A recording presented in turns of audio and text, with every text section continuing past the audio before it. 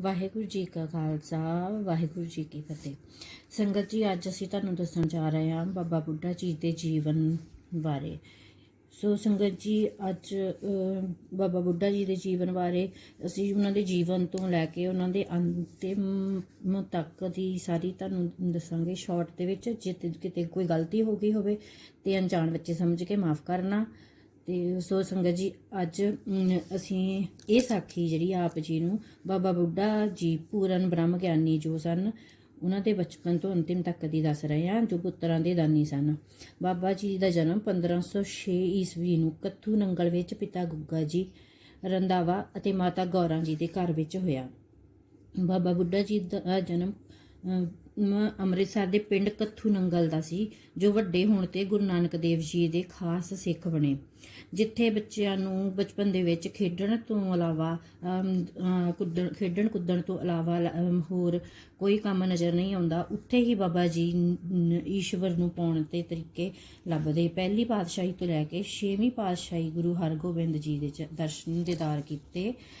5 ਗੁਰੂ ਸਾਹਿਬਾਨਾਂ ਨੂੰ ਬਾਬਾ ਬੁੱਢਾ ਜੀ ਨੇ ਗੁਰਤਾ ਗੱਦੀ ਦੀ ਰਸਮ ਨਿਭਾਈ ਤੇ 113 ਵਰ੍ਹਿਆਂ ਦੀ ਉਮਰ ਵਿੱਚ ਗੁਰੂ ਸਾਹਿਬਾਨ ਦੀ ਸੇਵਾ ਵਿੱਚ ਲੱਗੇ ਰਹੇ। ਤਦ ਵੀ ਬਾਬਾ ਜੀ ਨੂੰ ਕੋਈ ਵੀ ਕਿਸੇ ਤਰ੍ਹਾਂ ਦਾ ਹੰਕਾਰ ਨਾ ਹੋਇਆ। ਜਿੱਥੇ ਬਾਬਾ ਜੀ ਦੇ ਮਾਤਾ ਜੀ ਬਹੁਤ ਹੀ ਧਾਰਮਿਕ ਸੁਭਾਅ ਦੇ ਸਨ, ਜਿਸ ਦਾ ਅਸਰ ਬਾਬਾ ਜੀ ਉੱਤੇ ਵੀ ਹੋਇਆ।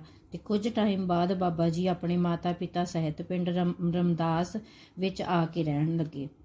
ਸੰਗਤਾਂ ਬਾਬਾ ਜੀ ਦੇ ਜਨਮ ਸਥਾਨ ਕੱਥੂ ਨੰਗਲ ਵਿੱਚ, ਜਿੱਥੇ ਬਾਬਾ ਜੀ ਦਾ ਜਨਮ ਹੋਇਆ ਸੀ, ਉੱਥੇ ਗੁਰਦੁਆਰਾ ਸਾਹਿਬ ਸੁਸ਼ੋਭਿਤ ਹਨ ਤੇ ਉਸ ਜਨਮ ਸਥਾਨ ਦਾ ਨਾਮ ਬਾਬਾ ਬੁੱਢਾ ਜੀ ਗੁਰਦੁਆਰਾ ਸਾਹਿਬ ਦੇ ਦਰਸ਼ਨ ਕਰਨ ਆਉਣ ਲੱਗੀਆਂ। ਇੱਕ ਵਾਰ ਬਾਬਾ ਜੀ ਗੁਰੂ ਨਾਨਕ ਦੇਵ ਜੀ ਭਾਈ ਮਰਦਾਨਾ ਜੀ ਦੇ ਨਾਲ ਪਿੰਡ ਰਮਦਾਸ ਪਹੁੰਚੇ।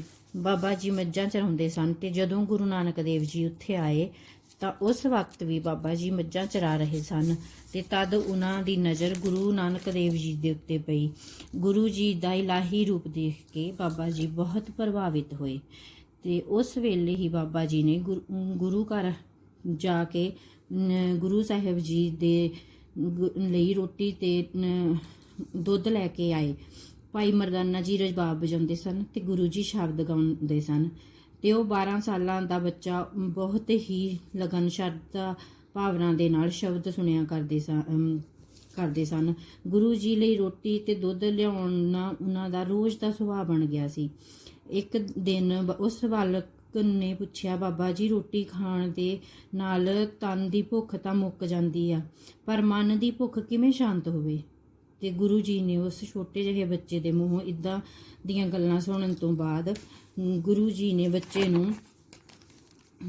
ਦੇ ਮੂੰਹ ਵੱਲ ਦੇਖਿਆ ਤੇ ਪੁੱਛਿਆ, ਤੇਰੀ ਉਮਰ ਤਾਂ ਖੇਡਣ ਕੁੱਦਣ ਦੀ ਹੈ ਤੇ ਤੂੰ ਇਹ ਸਭ ਕਿਉਂ ਪੁੱਛ ਰਿਹਾ ਹੈ? ਤਦ ਬਾਬਾ ਜੀ ਨੇ ਕਿਹਾ, ਇੱਕ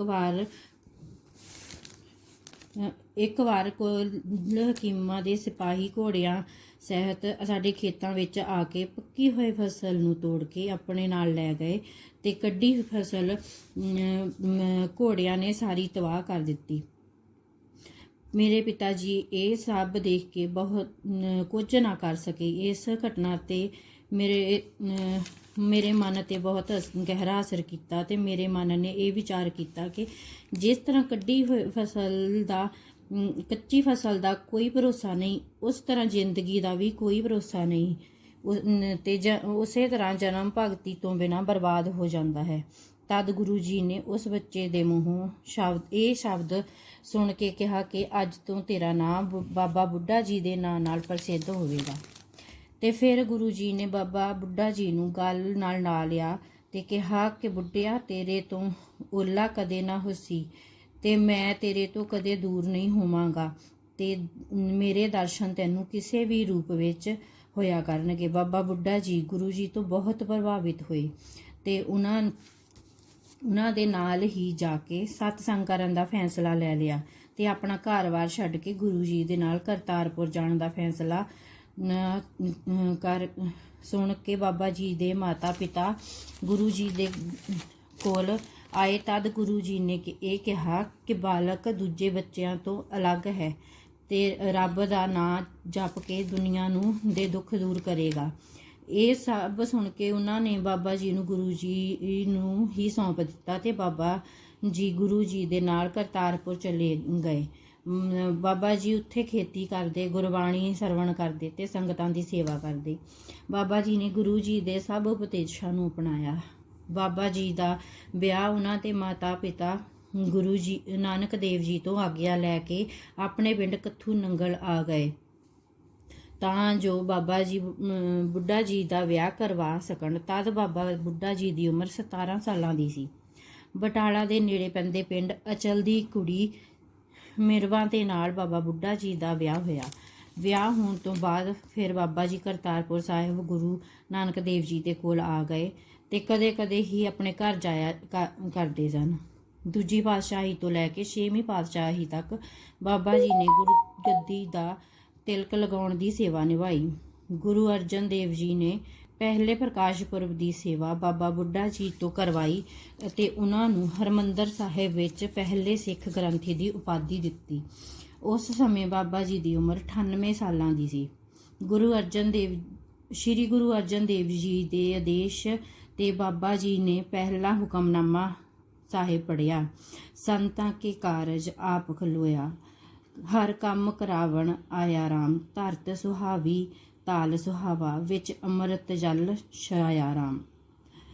ਬਾਬਾ ਬੁੱਢਾ ਜੀ ਨੂੰ ਪੁੱਤਰਾਂ ਦੇ ਦਾਨੀ ਵੀ ਕਿਹਾ ਜਾਂਦਾ ਹੈ। ਗੁਰੂ ਅਰਜਨ ਦੇਵ ਜੀ ਦੇ ਵਿਆਹ ਤੋਂ ਕਈ ਸਾਲਾਂ ਬਾਅਦ ਵੀ ਕੋਈ ਸੰਤਾਨ ਨਾ ਹੋਈ, ਜਿਸ ਕਾਰਨ ਗੁਰੂ ਅਰਜਨ ਦੇਵ ਜੀ ਦੀ ਪਤਨੀ ਮਾਤਾ ਗੰਗਾ ਜੀ ਨੂੰ ਲੋਕ ਤਾਨੇ ਮਿਹਣੇ ਮਾਰਦੇ ਸਨ। ਤਦ ਮਾਤਾ ਗੰਗਾ ਜੀ ਨੇ ਗੁਰੂ ਅਰਜਨ ਦੇਵ ਜੀ ਨੂੰ ਕਿਹਾ ਕਿ ਤੁਸੀਂ ਤਾਂ ਸਾਨੂੰ ਸਭਨਾ ਸੰਗਤਾਂ ਦੇ ਕਾਰਜ ਸਵਾਰਦੇ ਹੋ ਤੇ ਮੈਨੂੰ ਵੀ ਪੁੱਤਰ ਦਾ ਵਰਦਾਨ ਦਿਓ। ਤਦ ਗੁਰੂ ਅਰਜਨ ਦੇਵ ਜੀ ਨੇ ਮਾਤਾ ਗੰਗਾ ਜੀ ਨੂੰ ਕਿਹਾ ਕਿ ਜੇ ਤੁਹਾਨੂੰ ਪੁੱਤਰਾਂ ਦਾ ਦਾਨ ਚਾਹੀਦਾ ਹੈ ਤਾਂ ਤੁਸੀਂ ਬਾਬਾ ਬੁੱਢਾ ਜੀ ਦੇ ਕੋਲ ਜਾਓ ਤੇ ਪੁੱਤਰਾਂ ਦੇ ਦਾਨ ਦੀ ਅਰਦਾਸ ਕਰੋ, ਉਹ ਹੀ ਤੁਹਾਡੀ ਇਹ ਇੱਛਾ ਪੂਰੀ ਕਰ ਸਕਦੇ ਹਨ। ਤੇ ਤਦ ਮਾਤਾ ਗੰਗਾ ਜੀ ਅਗਲੇ ਦਿਨ ਕਈ ਤਰ੍ਹਾਂ ਦਾ ਭੋਜਨ ਬਣਾ ਕੇ ਆਪਣੀਆਂ ਦਾਸੀਆਂ ਨੂੰ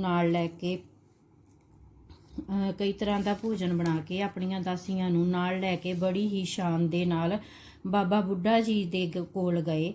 ਤਦ ਬਾਬਾ ਜੀ ਖੇਤਾਂ ਵਿੱਚ ਕੰਮ ਕਰਦੇ ਸਨ ਤੇ ਉਹਨਾਂ ਦੇ ਨੇ ਬਹੁਤ ਧੂੜ ਉੜਦੀ ਦੇਖ ਕੇ ਨਾਲ ਕੰਮ ਕਰ ਰਹੇ ਸੇਵਕ ਨੂੰ ਕਿਹਾ ਕਿ ਇਹ ਧੂੜ ਕਿਸ ਤਰ੍ਹਾਂ ਦੀ ਹੈ। ਤਾਂ ਸੇਵਕ ਨੇ ਕਿਹਾ, ਗੁਰੂ ਜੀ ਦੀ ਪਤਨੀ ਆ ਰਹੇ ਹਨ। ਤਦ ਬਾਬਾ ਜੀ ਦੇ ਮੂੰਹੋਂ ਨਿਕਲਿਆ, ਰਾਮਦਾਸ ਜੀ ਦੀ ਪਤਨੀ ਨੂੰ ਕਿਉਂ ਭਾਜੜ ਪੈ ਗਈ। ਮਾਤਾ ਜੀ ਨੇ ਆ ਕੇ ਬਾਬਾ ਬੁੱਢਾ ਜੀ ਦੇ ਪੈਰਾਂ ਨੂੰ ਮੱਥਾ ਟੇਕਿਆ ਤੇ ਭੋਜਨ ਪਰੋਸਿਆ ਤੇ ਅਰਦਾਸ ਕੀਤੀ ਕਿ ਬਾਬਾ ਜੀ ਤੁਸੀਂ ਮੈਨੂੰ ਪੁੱਤਰ ਦੀ ਪ੍ਰਾਪਤੀ ਦਾ ਦਾਨ ਬਖਸ਼ੋ। ਇੰਜ ਸੁਣ ਬਾਬਾ ਜੀ ਨੇ ਕਿਹਾ ਕਿ ਮੈਂ ਤਾਂ ਆਪ ਗੁਰੂ ਜੀ ਦਾ ਦਾਸ ਹਾਂ, ਮੇਰੇ ਕੋਲ ਇਸ ਤਰ੍ਹਾਂ ਦੀ ਸ਼ਕਤੀ ਕਿੱਥੇ ਹੈ। ਤਦ ਮਾਤਾ ਜੀ ਇਹ ਬਚਨ ਸੁਣ ਕੇ ਨਿਰਾਸ਼ ਹੋ ਕੇ ਮਹਿਲ ਵਾਪਸ ਆ ਗਏ।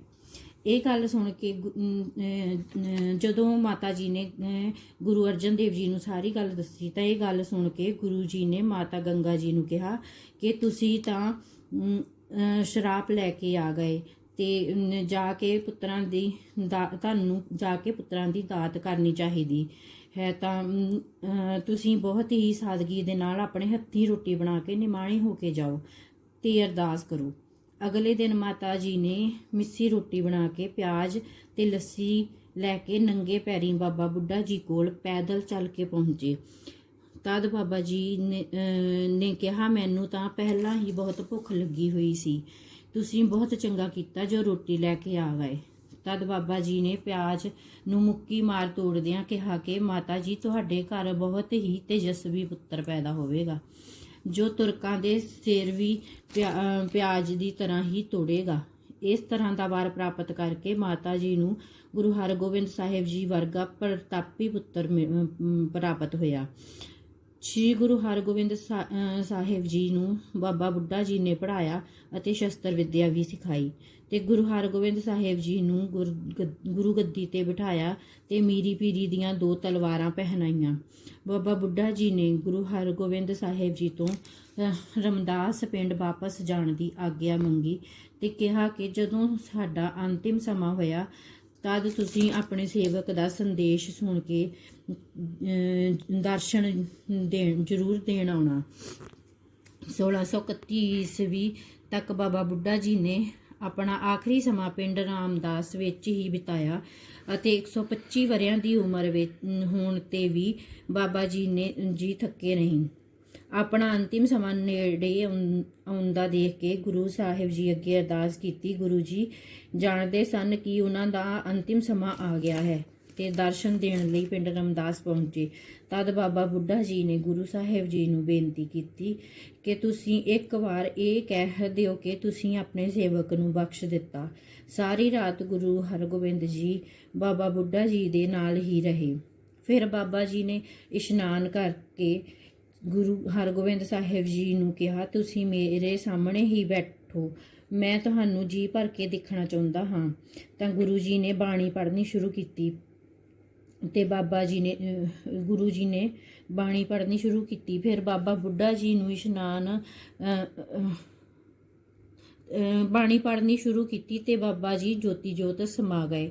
ਫਿਰ ਬਾਬਾ ਬੁੱਢਾ ਜੀ ਨੂੰ ਇਸ਼ਨਾਨ ਕਰਵਾਇਆ ਅਤੇ ਉਹਨਾਂ ਦੀ ਅਰਥੀ ਨੂੰ ਵੀ ਮੋਢਾ ਦਿੱਤਾ ਅਤੇ ਉਹਨਾਂ ਦਾ ਅੰਤਿਮ ਸੰਸਕਾਰ ਕੀਤਾ ਤੇ ਗੁਰੂ ਹਰਗੋਬਿੰਦ ਸਾਹਿਬ ਜੀ ਵਾਪਸ ਆ ਗਏ।